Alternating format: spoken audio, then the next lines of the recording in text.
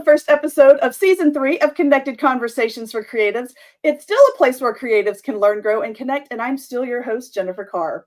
Last season, I talked to 46 amazing creatives from 4 different countries all around the world.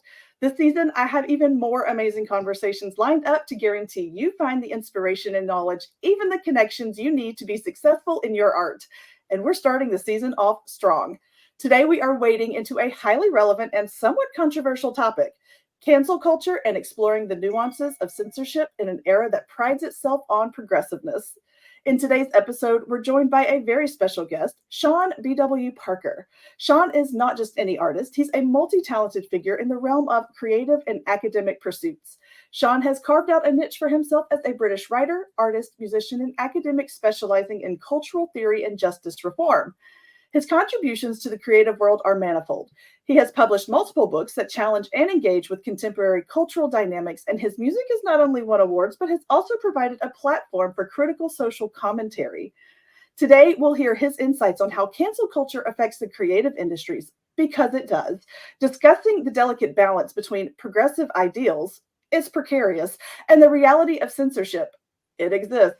I mean, what happens when the voice of creativity gets stifled in the name of progress?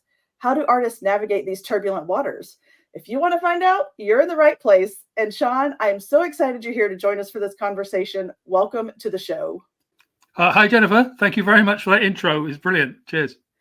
Well, thank you. I'm so glad you're here. And like I said, it is kind of a controversial topic, but I think we're going to handle this as gracefully and tactfully as possible because it matters to artists and creatives everywhere. So start by telling us a little bit about you, your journey into the world of art, music, academia, and all of that good stuff. Yeah, sure. I'm an artist and a writer here in the UK, on the south coast of Britain. In 2003, I got my master's in fine art from the University of the Creative Arts here. And then after that, I went to live in Istanbul for 10 years, where I was a teacher of English and cultural studies. And I was a musician too, which I've been since 14, but started to record albums.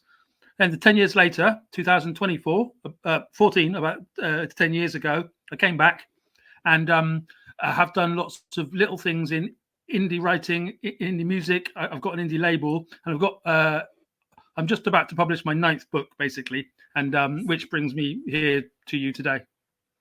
Fantastic. Now, first, let's talk music. I love music. I am an instrumentalist myself, and music has always been a huge part of just my creative soul as it is. So tell me about your music.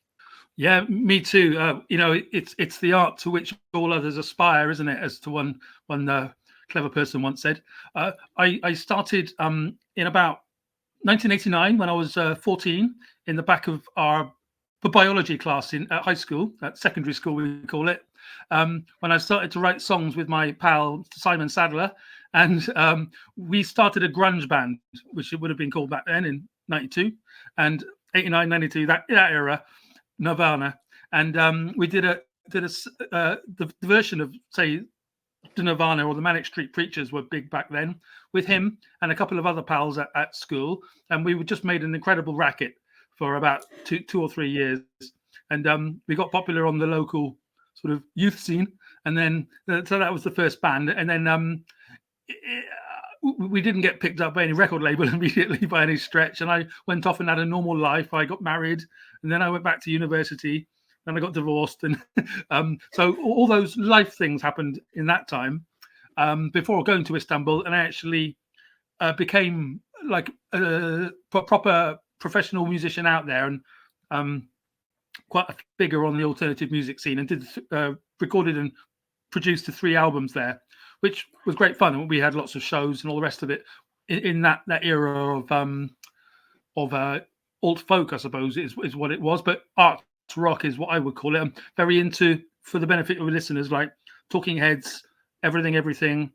Kate Bush is always a huge songwriting presence in the back of everything. These kind of things, anything where there's color and intelligence to the music, very much underlying the concept of what you do here. Oh, I love that. I just now started kind of dabbling with song lyrics. I had some lyrics make it into the international song competition, and a couple of them made it into the semifinalists. And so I was like, okay, so maybe this is something I could do. And I never really realized how, songwriting and lyric writing is so similar to poetry, but it's so different as well. And so it's just kind of something that I was like, oh, let's see if I can. And apparently I can. And so that's exciting. And I love just being able to pour a whole different side of my creative brain into writing. And because it is a different kind of part of a different style of writing, I guess, if you will. If it's a poem, it has to exist on the page, and if it doesn't exist like that in totality, then it hasn't necessarily succeeded. Yeah, it's good to have it read and that stuff, but that's been overdone over the last few years with poetry slams and things, which is just a way of marketing. No problem with it; it's fine. But poetry is about the relationship of the words on the page to the mind, and then maybe it can be read, and then it become a poem itself. A lyric and a song is an entire world over there, which is itself. And that the music and the words have to fit together. It can be meaningless. It could be anything. It could be sounds and still be a song working. And those things are interesting parts. And it's ever changing, which is great. It's great that it ever changes. And we all just, as a creative, it's a great place to start, because you can be chaotic as anything in there, punk rock chaotic, and then start to hone it as you get older. So it's a fascinating one, all that. And just talking about it is almost pointless, because you've got to hear the thing. Otherwise, we don't even know what we're talking about, do we? Exactly. Now, so you wrote songs to start with, right? You kind of moved into, how did you end up writing a book? Because whole new world. Yeah. Well, the first book came in 2014, and that was like a retrospective of my 10 years in Istanbul. It was called Salt in the Milk, 10 Years in Istanbul. And it was basically all the things I've written over that time and some memories gathered together and put into a thematic order. Lots of the music writing, because I'm a music writer too. I was a journalist out there reporting back to the UK on the Istanbul music scene.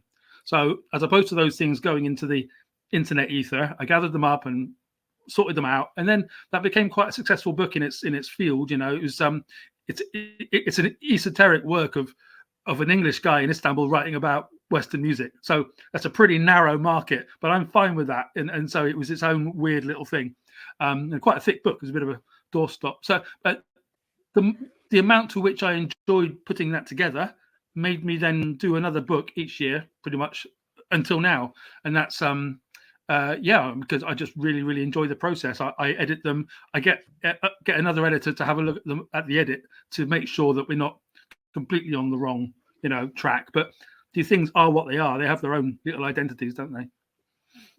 Yes. And so you've written books, lots of books, and you're about to release a new one. Now, through that process, because we are here to talk about cancel culture, have you dealt with that cancel culture with your writing or your music or both? It's a good question, because it surrounds us. I live it, and many people that I follow on social media and real life now live it. And for 5 years, it's been absolutely decimating the creative industries here. Cancel culture itself. It was a thing in Turkey, in a way that you could predict what was going to happen here. But that's a deeply religiously divided place. So I was writing about, but we didn't call it cancel culture there. We just called it cultural tension, because of what's going on internally there. And then basically that entire proto-Marxist, but we can steer away from that if you want. But it's like that was transplanted into English academia, which then became used as a tool to basically shut creatives down. And so even the most left-wing, progressive, open-minded people were suddenly being closed if the narrative was slightly off narrative as directed by the woke state, if you want. We're trying to keep away from the word woke because it's tired, but it's also quite useful, because the problem is that the establishment has become woke. Arts are supposed to go against the establishment, but the establishment won't admit that it's woke, and woke won't admit the establishment is that. So they've absolutely turned it inside out in Britain. I know that on the other side of the Atlantic, things are similar, and it started over there. So we got our own little concentrated version over here because we're a smaller, island. So, but we're all dealing with it. It's pretty good for a writer because it's interesting, but it loses people's jobs and it sends them to prison and it does all kinds of other things around that, you know. I do know, and I have seen it firsthand, not firsthand as it happened to me, but firsthand authors that I know that and that I'm connected to, they have faced this cancel culture because, well, one reason or another, and it bothers me because I love what you said about how the arts are supposed to go against, right? We're supposed to take that stand. We're supposed to be the ones bucking the system because creativity, that's what it does. It finds solutions for problems and that kind of thing. And we pour it into our writing, or we can express ourselves for whatever the case may be. And so, yeah, why do you think it has become such a prominent issue for creatives? Like, and I have my theories, and one of them is that the powers that be like to have a hand of control on things. Like, they lose control of the narrative, and so they want to control what we express. But why do you think creatives are being faced, and why are we giving in so easily? I think that the traditional left and the progressive left, which are two different animals, a lot of the traditional left can't bear the progressive left, and which means, unfortunately, or whatever it is, what it is that it's an age divided thing, and it's not very cool or fashionable to say it, but the under 40s sort of tend to be super super woke, and whatever we say is it, and the other 40s are going, you guys are absolutely batshit, sorry, excuse me, but crazy, You're fine. and so it's like that divide is a bit of, and I'm sure there's lots of people out there who don't fit into that, maybe like yourself and loads of other people that I know, but the vast rump they look at those as if you're some kind of weird eccentric, and they look at a white heteronormative Englishman like me as if I'm some sort of a freak for saying it, this is a problem because I don't know any racist in my life, for example, but and I know we're supposed to be talking in a Christmassy sort of way. Anyway, let's get to it. Is that for the last 5 years you cannot have a normal conversation without being called a racist? It's so strange, because if you're just trying to have an honest conversation about things, and the thing about artists is that they're supposed to do that. It's the right thing to do, but at the same time, we've got the BBC here and the Guardian, which are two huge sort of totems of culture, which, if you're right on and ambitious and things, you want to get in and want to be behind, but they just support the line of white heteronormativity bad, and anything that goes against that, and then they start to employ people according to their diversity policy, who happen to usually have a grievance culture against all the things I'm talking about, and also know that the clicks are the market. So even if you don't agree with what you're writing and what you're sending out, it's the clicks that matter, not your own opinion. So that's how they get a bunch of people who just don't really care. They just know what works to go along with it, until eventually you go, hang on, this is nonsense. And it took until, I think, a lot of the Black Lives Matter people starting to buy mansions that people started to go, hang on a second. Mob mentality is real, right? And echo chambers are real. And I think a lot of times when we find our niche, like the book world, and it's an indie publishing book world for that matter. In my case, you find yourself in this massive echo chamber. And I think what people don't realize is that there are so many voices speaking, and the ones who are being paid to promote and advertise are sometimes the loudest. And it's not always because they believe what they're saying, right? Like it's these people who, and one prime example, you could be scrolling through TikTok and you will see somebody talking about an author who, you really shouldn't pay attention to their work. You really shouldn't, this is a terrible book. They stand for this, whatever. And then 2 swipes later, that same person, there's a paid promotion to advertise someone else's book, And so there's this odd little, if you don't pay attention, because paid promotion is T90 on the screen. But if you will compare notes here and say, they're speaking out against this person, but they're speaking for this person, they're being paid to do it. And so, you have to be careful how many voices you allow to enter into your mind before you stand behind that person. And so, speaking of social media, do you think that plays a big role in amplifying and mitigating these effects? Because I don't remember cancel culture ever being as loud as it is and has been just in the last 5 years. Yeah, that's a really good advice on the critical reading of things that we are presented with there you just gave. I think that cancel culture is being used as a marketing tool actually over the last 5 years. So if you take out all of the moral judgments inside art that we get now, which are offensive enough to a real creative, I don't want to hear that you don't like him or her because of what they think about something completely unrelated to their painting. I want to hear what you think about the painting. So Yes. get back to playing the ball would be my first thing. But hey, that's because I'm a 49-year-old white male, right? So let's get rid of that and understand that the exact thing that you're seeing with the two things in different places, it is a job to them, and they're a bit of an actor or actress as well, which is okay. But you need to be sort of admitting that you're that actor or actress. Piers Morgan is a pretty good, because he's big over there and big here, probably the biggest journalist people might come to people's tongues in the world, and he's got this sense of outrage all the time, but he's also incredibly highly paid and very opinionated. And you're like, how can you keep this up for 30 years, man? It's incredible. And it's because it's a sort of a paid outrage, because you can't be on that level of outrage all the time. If I was, I'd have a nervous breakdown years ago. It's so it seems to involve some sort of degree of acting as well, which and it's definitely.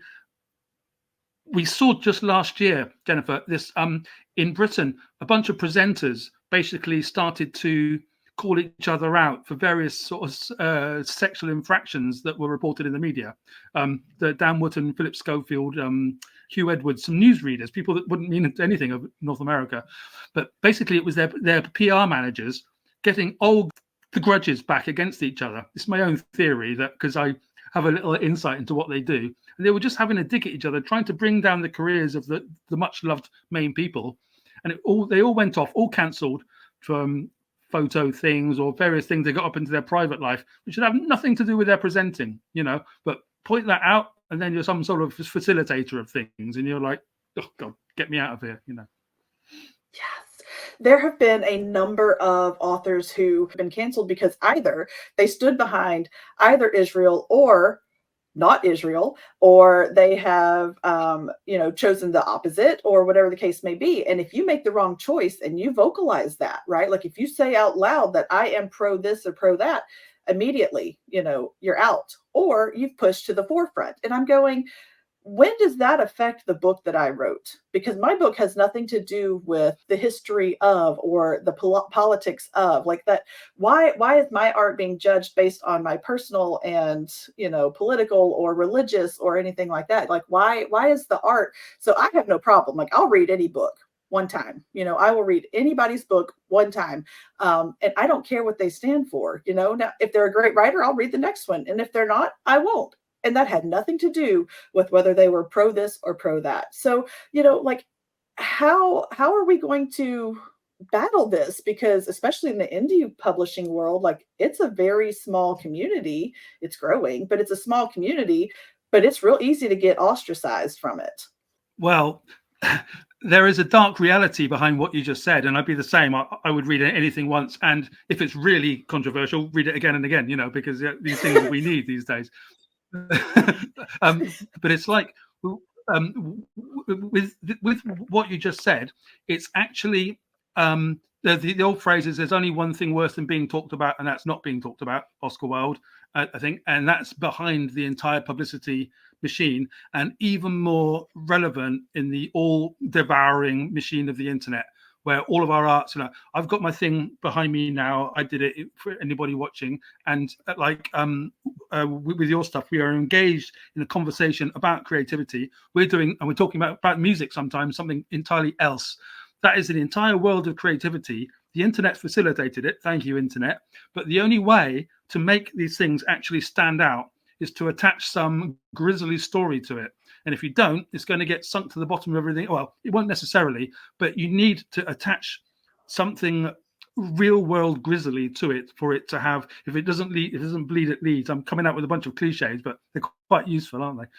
And it's like that is the reality behind everything in the internet. We can get outraged about. I could go out online tomorrow onto X and say everybody should read Mein Kampf by Hitler because Jennifer and I decided that we need to read it once but not again. And that might go viral, and then you and I would have this thing go viral. It's like, do I want people to read Mein Kampf off the back of that. Well, it's got some good things in it, Yeah. but it's like you're not really allowed to mention that part of it.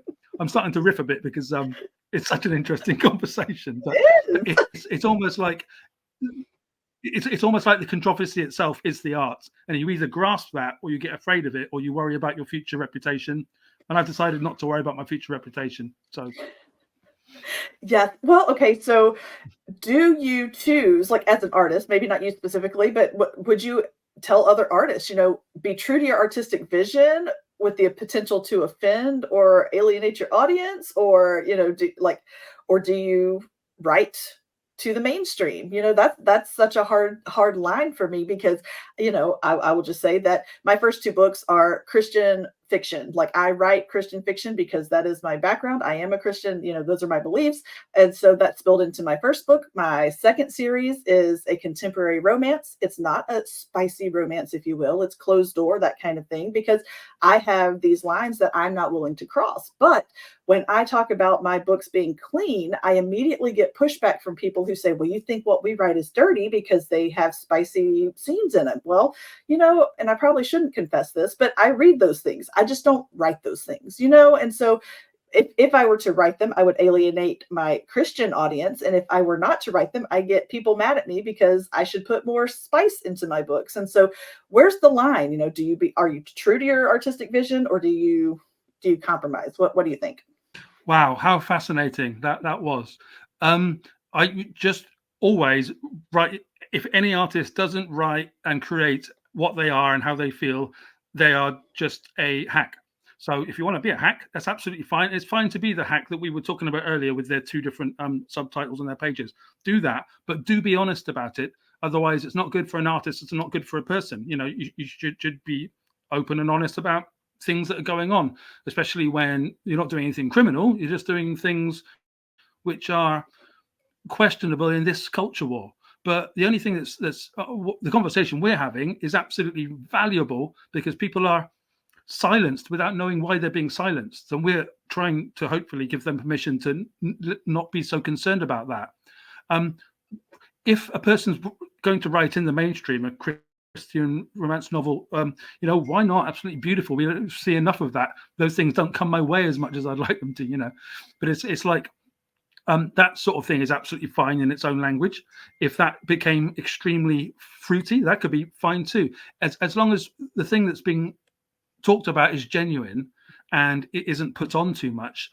No creator should be afraid, and they shouldn't edit as they go. They should edit, because if you edit as you go, you're writing from fear, and nothing good's going to come from that. Have an edit afterwards, just to tidy it up, not to shut yourself down. And that's the main problem. Write it all out. That's the only way to get good stuff and to make yourself feel satisfied, and then edit backwards if you must, and only if you must. Absolutely. I think so. And I hate that we even have to have this conversation, because cancel culture, in my opinion, it does affect the creative process in general, right? Like, there's no telling how much art has been suppressed, or, not even created or put out into the world because their artistic expression has been muted by the fear or, of repercussions or whatever. But if you're going to open the door into something controversial, or if you're going to put your art out there, I think you have to be very sure that the room on the other side is the one you want to walk into. If you're going to walk through that door, you're going to have an audience on the other side. They're going to talk, they're going to react. So I do think that you have to use your wisdom, I guess, but also I don't think you should be afraid of your creativity. Well, absolutely. And there's something called the attention monster, or the energy monster. I think Scott Adams, the cartoonist, calls it the energy monster, where Mr. Trump and people like Casey Hopkins we have over here, and certain other characters, possibly the Meghan Markle, it doesn't matter how much you chuck at them, they just get bigger and bigger because of it. And there is something to be said that even artists and writers and celebrities and politicians, absolutely, but politicians, this is undeniable, that if you go out there, you have an obligation to take what they chuck at you. The problem is when you don't ask for this, people have put it onto you because of an accusation, or because they think that you might want that. There's a bunch of people who just don't want that kind of attention. Mr. Kurt Cobain back in the 90s from Nirvana again, kind of killed himself, not because he was a heroin addict, but also because, in his own words, he didn't want the kind of success that Nirvana got. He took himself out. This is very much the pre-social media, but the amount of attention on him made everybody think, wow, when you don't want this and you're just like a songwriter trying to get by, but everyone's declared you as the second coming, it's like, this might not have a very good end result. So it's about attention, isn't it? About how much you want to go towards. You do need to have a really thick skin now. We're all seeing that. And I think we're trying to work out how much of your art are you prepared to not sacrifice, but to question in order to get that kind of attention. Because then it's like becoming a celeb, and things that make me very uncomfortable. I always want it to be about the work. That's why but that's difficult too. If you're writing a Christian sort of romance thing, the beauty of that's going to be inside the words and inside the sentences and everything, and getting the attention to that is the big challenge. But they're asking you to make something about yourself, and you're like, do I have to? And that's the place that we're at, isn't it? Unfortunately, and I think a lot of people have a hard time separating the work from the artist, and that is unfortunate, because I write from what I know in a way, but you're not going to find me in my books. Like, you'll find my words and you'll find my imagination, but you're not going to find me in my books. And so I think that is a hard thing for readers to kind of deal with, because they do want their authors that they read to be certain people, because they have this imagination. Well, I'm sorry, but if you see me and then you see my books, you're probably like, yeah, she might have written that. I don't know. Like, I don't see me in my books. I don't see me in my art. But do you see a pathway toward a more open or less restrictive cultural environment? Like, is there a way for us to push through? Well, absolutely. And this is the reason that I've called my next book "A Delicate Balance of Reason." The Adventures in the Culture Wars is what it's called, but I've been describing it as post-woke, because I don't want to be anti-woke in the sense that our conversation today might come across, because there's many things with the progressivism which I support. We don't have to try and identify them, but there's lots of things out there that I support in the progressive area, some various green things and things like that. And so I don't want to bin everything from the progressive side. I want to get past that into conflict resolution, as in trying to come together again, for men and women to try to rediscover what they like about each other, and for the black and white and all the other different colors which are always forgotten about, to try to understand. So I'm a bit of a hippie in that sense, if whatever term you want to call it. In England we call it a liberal, but in America it's a very controversial term for some reason. We don't really have it as a conservative thing here. It's quite a strict, quite a staunch thing, being a liberal. So we're like, and that's pretty much what I'm like. I'm like I don't know, I don't describe myself very happily either, So it's like, but post woke is what it's about. We've had that weird time of Brexit to Trump inspired divisionism. They've all reacted crazily to those populist votes. And now we're kind of going through this, you're all going to shut up or we're not going to buy your artwork. Like, well, maybe we can go somewhere beyond that. But will we actually get the attention and the stir that we still need to make this stuff interesting? That's what I find interesting in itself. So that's what my next book's about, basically. Okay, well, while we're on it, then tell us where it came from. Like, what inspired you to write this book? This is where, like, you take the stage here. All right, yeah. So A Delicate Balance of Reason is basically lots of observed explorations into every story that comes one's way, from the trans rights issues to the Depp Heard situation, to the Black Lives Matter. And that's just for three very obvious ones. There's lots of other smaller ones, particularly with the revisionism, where if Shakespeare was a woman, then possibly he was. They've been talking about that for decades, but it's only now where the people in the power of the culture are writing Shakespeare was a woman And if you say, hang on, he wasn't, then somehow you are somehow being the antagonist by saying, no, he wasn't. And it's that kind of, it's the reversal because of those people being in power and defining what truth is. And we're having a very big problem with truth, obviously, right now. We're both aware of that. So where does truth go after all this? Who knows? The most sort of truthful place is in the podcast revolution right now. Here's, it's the you and I talking to each other from two parts of the Atlantic about similar shared culture and understandings about things. We're able to have an actual discussion. Whereas over in the legacy media, they will only be looking for arguments about people who don't agree in order to up their clicks, to sell advertising, and we're not in that world.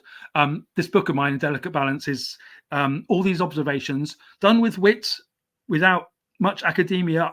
I've got an academic bone in me, but this book is not an academic dense thing. It's a thick book, but it's not academically difficult. It's quite, I have a vocabulary, so it's rich to read. I hope you enjoy it, Jen, and all your readers do. But it's not something where you're going to absolutely be agonizingly trying to check every quote in, because it doesn't have that kind of an index, So, and the picture behind me, I don't know if people are going to be able to see, is the cover of it as well, which is one of mine. So it's one of those kind of, here's my 2024 offering to the world, I love that. And it is a delicate balance. Like, it is a very fine line because, and I think a lot of it stems from, we went from this need to be united, whether it's the United States or the United Kingdom, like whatever the case, we no longer united doesn't mean the same thing anymore. We're all about identity, but it's my identity. And when my identity doesn't mesh with your identity, then all of a sudden there's conflict, there's tension, and that's a problem. Why aren't we all looking for, and I get it. I understand. We can't all just hold hands and buy the world a Coke. Like, that's not how that works. I'm dating myself a little probably, but like, that's one of those things that, why don't we all have the same goal of bettering humanity, bettering the world, making things available for the future, because we're focused on our personal identity and what that means to me. Forget what you think, forget how it makes you feel. And so it's a struggle and it is a delicate balance, but I'm glad we are able to have this conversation, because I guarantee you we agree on a lot of things. We may not agree on everything, but I think we both feel like the conflict needs to end. And we need to see it for what it is, that our interest is in humanity. It's in art. It's in what it means to be a person, and not what it means to make my mark and make it all about me. I may be wrong, but I think we might agree on that. I think we probably do. And it's this whole idea of, I don't agree with you, thus you are bad and you are wrong, is a problem, and it's new. And yeah, in the past, people have had their disagreements, and in the past, people were much more violent. They would be down there at the pub, smacking each other about over the kind of things that we get snarky about on Twitter these days. X, it's like having the moral judgment about people just because they don't sort of tally with your own pre-ideas is a sign of immaturity. And people will say, yeah, well, you would say maturity, wouldn't you? And the fact is, well, why don't they grow up then and develop some wisdom? Because you don't have to be older to have that wisdom. There'll be loads of people of much younger than us who do have a lot of wisdom but aren't allowed to express it. Because if they express the wisdom or the circumspection that we love to see, they're going to be called a traitor by the progressive class who are in charge of the media. So we basically have to get that media to be balanced out by traditional thinking, post-woke thinking. I'm keeping away from anti-woke, post-woke thinking, just in terms of there's nothing wrong with you being white, me being a man, and you being a woman. And then the people watching us, if they're black, from India, or disabled, of course, we have no problem with that, or wherever they're from, it does not matter whatsoever. It's not even about the content of their character, though MLK did come out with something beautiful then. That person, whatever they've done, the best thing about Christianity and lots of other religions is whatever they've done, they can come to me. I will forgive. That is absolutely disposed of by woke culture. So we've got to get past that too, if we want any kind of a future, and to go, no, you are actually fine. And to top all this off, we've just realized after 50 years of them saying, have fewer children, we're killing the world. We're not having enough children. And we're all about to we're all not going to be looked after, and our system's going to collapse, and we're going to need to fill our own countries with people from all over the rest of the world. Unsustainable. So you need to get to a proper mature balance of intellectualism. When it comes to art, I don't want any mature balance at all. I want crazy stuff out there. So, trying to get those things right. Yes, throw something at the wall and see if it sticks. Like that is how I feel about art. That's how I feel about, I've read some amazing books and I've read some less than amazing books, but you know what? I remember them both, right? For one reason or another. I remember they made an impact on me in some form or fashion. So put it out there. You just never know when you're going to impact somebody with your art. And I think that's true for a lot of things, just because you feel marginalized, just because you feel ostracized, whatever the case may be, put yourself out there because you don't know when you're going to make a difference in somebody else's life. Forget about the labels, forget about all of the things that people are telling you have to be because you're XYZ. Be yourself, be true to yourself, and you're going to find the people that mean something and need you as much as you need them. Yeah, no, you're absolutely right with that. I can't even can't even correct it. I couldn't agree more. Yeah. Well, thanks. That sounds good. I'm going to tell my husband you said that, and then he'll just be like, "Oh, I should do that more often." No. Okay, so I'm going to sit back and let you. We've had a really good conversation. Is there anything else you want to talk about? You want to throw out there questions you want to ask? Well, we've obviously covered quite a lot in what we were what's on the tin. So it's like, yeah, I've got this book, A Delicate Balance of Reason, coming. Actually, it's probably already out. Yep. And so if you go to Amazon and look up A Delicate Balance, you'll find it there. The lovely picture on the front of it. And you can have a look at everything that we're talking about now in my English style. And I have no shame about saying it's in an English style of writing. Why not? We invented the thing.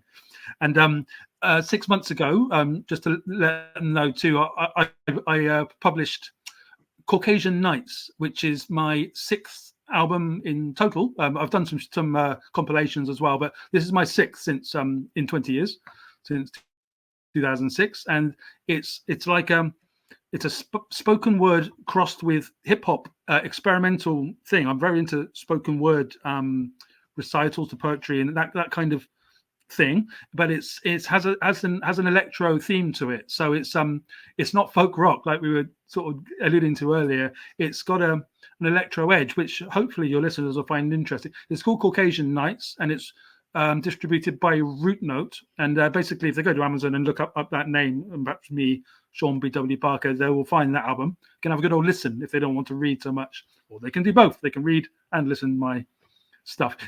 This album is actually related to cancel culture type things as well, because it's the lyrics are kind of, I'm speaking them, and it alludes to all these things, problems in the culture wars, and it's not but it's also an enjoyable listen. It's not some heavy thing coming at you and like beating you over the head. It's an enjoyable groove. That's a good way to put it. Intellectual words to an enjoyable groove, Jennifer. Yeah. I like it. That's your new tagline. That's great. I love it. How can listeners connect with you? Social media, email, website? Give us all of that. Yep. If they want to keep up with the news, I'm very busy on Elon's X. I find it a very nice platform. Well done him for free speech. And if they go to Sean B.W. Parker as underneath, they will find me there with my thousands of followers, and I put art up there and ideas and news, and like the chat we're having today. Don't be surprised if they see a post about it underneath going something along the culture wars lines, because I find it as interesting as everybody else does. But I always try to go to the balance to help people think more, not to just go he bad, me good. I want to get past all that. I love that. And I think it's so important that we do teach people to think critically, in our writing, in our words, our podcasts, all of that stuff, teach people to think critically and not just accept the first thing you hear from somebody who has charisma, who is that charismatic or dynamic person who sounds really good. Let's listen and think a little deeper than just a little bit about, well, look at me. I am this person and I can do this and I will take you with me, just think critically. I think I love that. So yes, it's very important to have that kind of idea when you are, because social media, I think, is the culprit. Like, I love it. I love, hate social media and everything it stands for. So I'm glad there are voices of reason like yours out there. Well, thank you. That's it. You're very right. It's at the moment it's unarguable with it's amoral. It's massive. It's bigger than the podcast revolution, as I've alluded, has a very big part to play in helping it go forward. Because I don't think even Elon and Bezos and Musk, what's his name, Jack Zuckerberg, want it to be quite as gnarly as it is either. I think they're decent men enough to want it to go somewhere else, whilst wanting to keep their profit margin. So let's see if it can go to somewhere of maturity without absolutely sucking us into the entire thing. Because I love having a book in my hand. Don't your readers? I think they probably do as well. And that's got nothing to do with X or Facebook, having a book in your hand. And that's what I'm all about. Having the product as well as the lovely communication we're able to have now. Fantastic. Well done, tech wonks. But also give me the book and the painting as well, Yes, absolutely. All right. We have come to the very end of things where I'm going to ask you the big question. Are you ready to answer the big question? I don't have much choice, do I? So you don't. You really don't. Like, this is your exit ticket. So you don't leave until you answer the big question.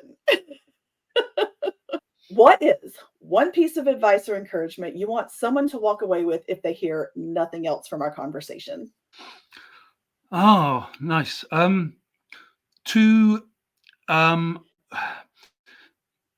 Whenever you see something that annoys you to the point of wanting to smash your laptop, try to understand where that person's coming from before you get so angry that you dismiss them forever. Just try to put yourself in their boots. It's kind of classic empathy, but it helps as much online as anywhere else. And get beyond the politics to the understanding as much as you can. I love that, because that's so true. I mean, I know that if you want to do the math, about 4 years ago, I found myself constantly ready to smash my phone screen or to take things out on the TV. And, there were just a lot of opinions floating around and from people that I thought I knew and people who thought they knew me. And so if I had just taken the time to say, you know what? This doesn't matter in the grand scheme of things. But I didn't take that moment. I didn't take that beat to just be like, okay, let's process from what their understanding is and what they're seeing. And so I love that piece of advice. I think it will do you well and take you far in life and just about everything. Everything that I say is perfect for everybody, and including myself, and for you and our listeners. So, let's hopefully carry on with that kind of idea. I joke. Thank you. No, you're right. Well, Sean, thank you so much for being here and for having this conversation. It's huge. It's important. It has the ability to take itself into a totally different direction, but I think we did a really good job of presenting the facts, because it could become very emotional, but it's also something that requires logic and critical thinking. And so thank you for being here. I can't wait to see what your book does. I think that it has potential to bring people together and to cross those dividing lines. So I hope it goes well for you. Thank you so much. I've had a lovely time, and I'm hoping so too. So I look forward to that. Absolutely.